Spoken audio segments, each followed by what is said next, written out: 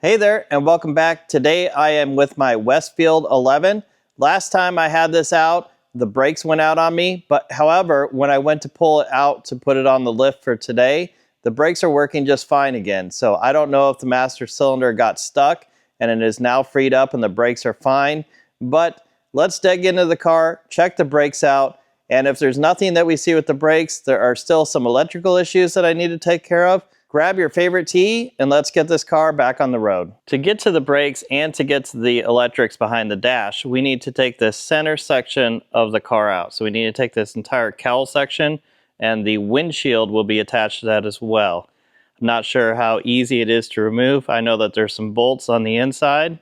There might be some things under the bonnet as well. So let's get the bonnet up, start taking this off, and then we'll have good access to everything once this entire section here is taken off. To remove the center section, what I am seeing so far is there's one little bolt right there. Under the bonnet, there are a couple right there on each side, and then there's one that holds the expansion tank on as well. Besides that, I'm not seeing anything else that holds it on. Looks like it's going to come off.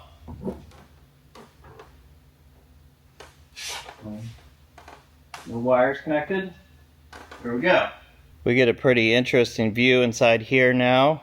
It's using a cable-driven solenoid off of the bug eye, but it's mounted way up here. MGAs use that as well. And it looks like one of the brake circuits is completely dry. It looks like my rear brakes has fluid and the front brakes do not. And I have really good access to all the electrics.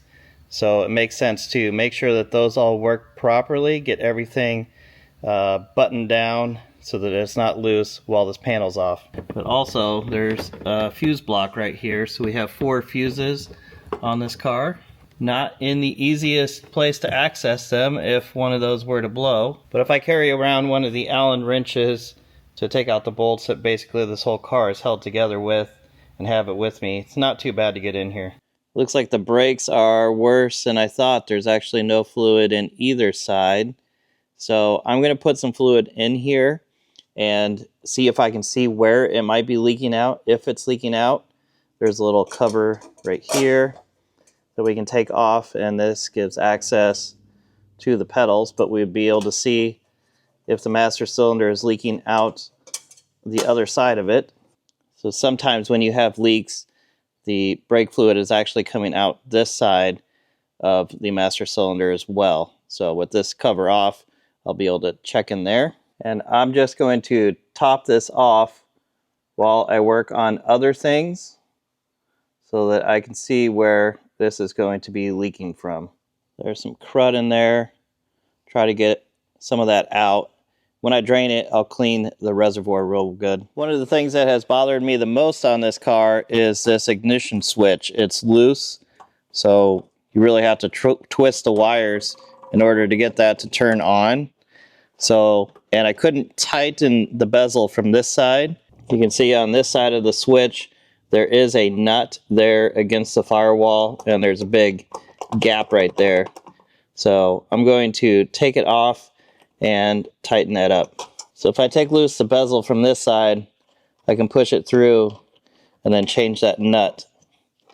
Now here I can unscrew this nut so that it's easier to tighten this one on the other side. That is secured and fixed now. When I turn the key, it does not turn the switch as well.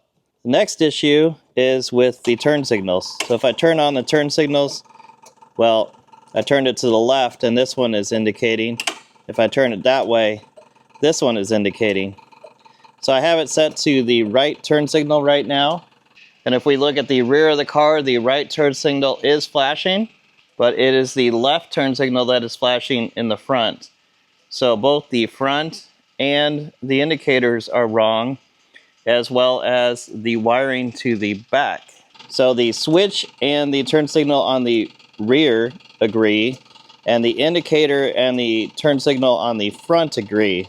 So how am I going to fix this? I think the easiest way would be to flip this switch around.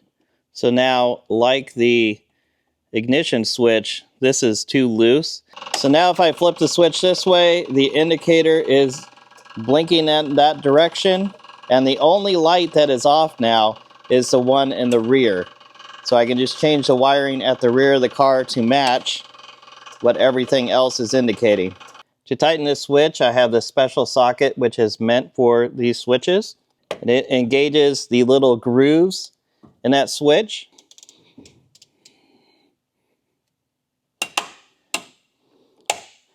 There we go. Now that switch is nice and secure. I figured out what must have happened back here. There's a connector right here that all the lights go to, and this connector can be put in either way, and by changing it 180 degrees off, it changed which turn signal was flashing. So that this will never happen again, I'm going to take a paint marker and mark both pieces so that I know now that those are the sides that go together, and to not connect it the other way. The last electrical problem that I have is that the alternator is not working. So I do have a new unit. These are internally regulated, so there is not an external regulator that would go bad. So I will just pop out that old one, pop in the new one, and hopefully everything works. I did manage to get the old one out. It barely fits through this gap right here between the frame and the engine and the fan and everything else, but I did manage to squeeze it through there. The new alternator is installed. Let's start the engine and see if it works. If I turn the ignition on, we'll see the ignition warning lamp is on. Let's start the car up now and see if it goes off.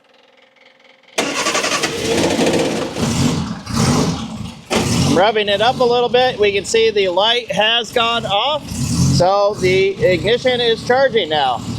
So far, the brakes on this car appear to be okay. I think it just sat around for so long that the brake fluid leaked out and evaporated a little bit. So I'm just going to run it like it is until a bigger problem shows up. So I'll button the car up and let's take it out for a drive. It's nice to see that all the gauges are working now. And of course, the turn signals are going to flash the correct direction.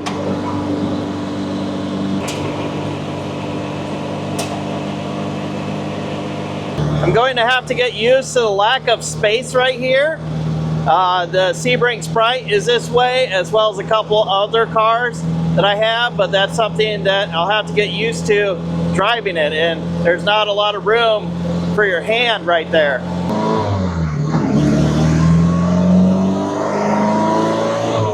This car is a lot of fun to drive, especially when you know how good it must look going down the road. And these doors actually make a lot of sense when going around those corners. I can't fly out even if the door were to come open. So it's actually nice having that secure feeling from that right there. Well, that's going to be it for today. So if you want to see more videos like this, comment below and click subscribe.